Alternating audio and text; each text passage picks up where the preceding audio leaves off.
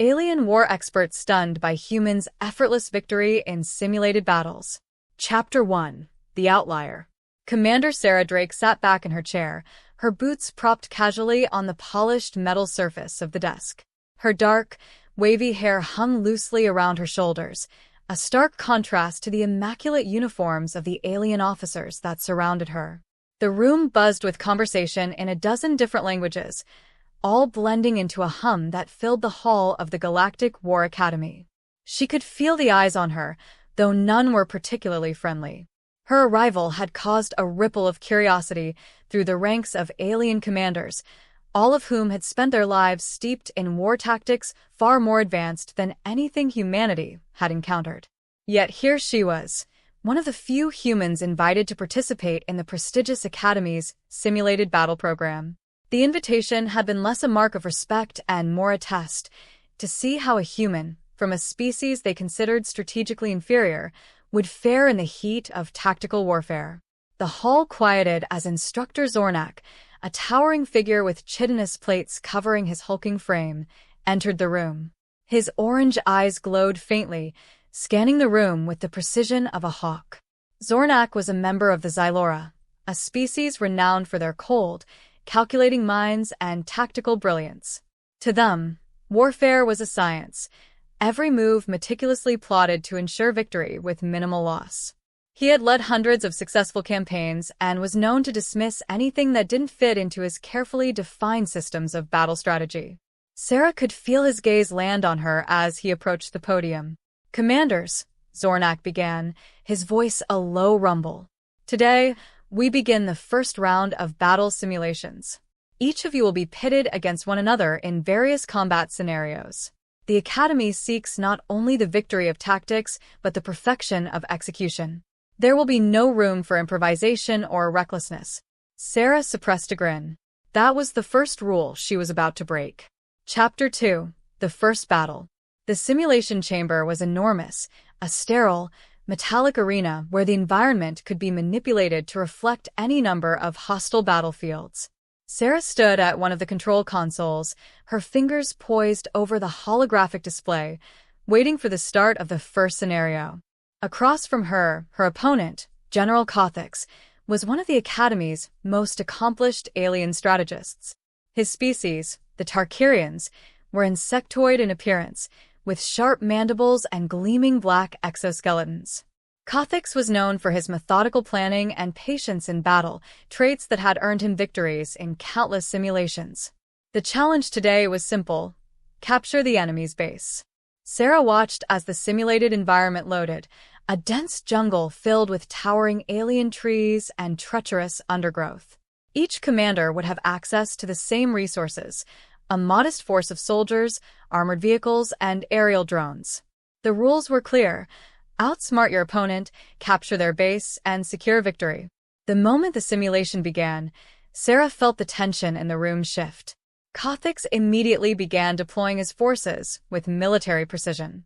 His soldiers moved in perfect formation, advancing slowly but steadily towards Sarah's base. His drones scouted the terrain, mapping every inch of the battlefield, while his tanks held back, ready to strike when the time was right.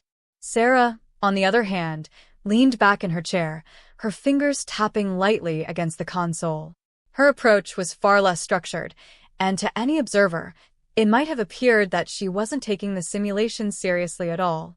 She smiled as she watched Cothix's forces maneuver. He was playing by the book, exactly what she had expected. She had no intention of doing the same. "Let's see how you handle a little chaos," Sarah muttered to herself. Instead of following standard military procedure, Sarah split her forces into small, mobile units. Rather than advancing in a coordinated front, she sent them scattering into the jungle, using the natural cover to remain hidden from Cothix's drones. Her soldiers moved in unpredictable patterns, avoiding direct confrontation and focusing on hit-and-run tactics. Every time Cothix's forces advanced, they found themselves ambushed from unexpected directions, their formations thrown into disarray. Cothix, visibly frustrated, attempted to regroup, but Sarah didn't give him the chance. She used the terrain to her advantage, luring his forces deeper into the jungle, where the dense foliage made his rigid formations more of a liability than an asset. Meanwhile, her soldiers slipped behind enemy lines, capturing key points and cutting off his supply routes. By the time Kothix realized what was happening, it was too late. His forces, though larger and more powerful, were scattered and overwhelmed. Sarah's forces had reached his base without ever engaging in a full-scale battle. The simulation ended with a sharp tone, signaling Sarah's victory. The chamber erupted in murmurs as the alien commanders exchanged confused glances. No one had expected the human to win, least of all with such ease. Chapter 3. A New Approach. The days that followed were filled with more simulations, each one testing a different aspect of tactical warfare, resource management, defensive strategies, guerrilla tactics, space combat.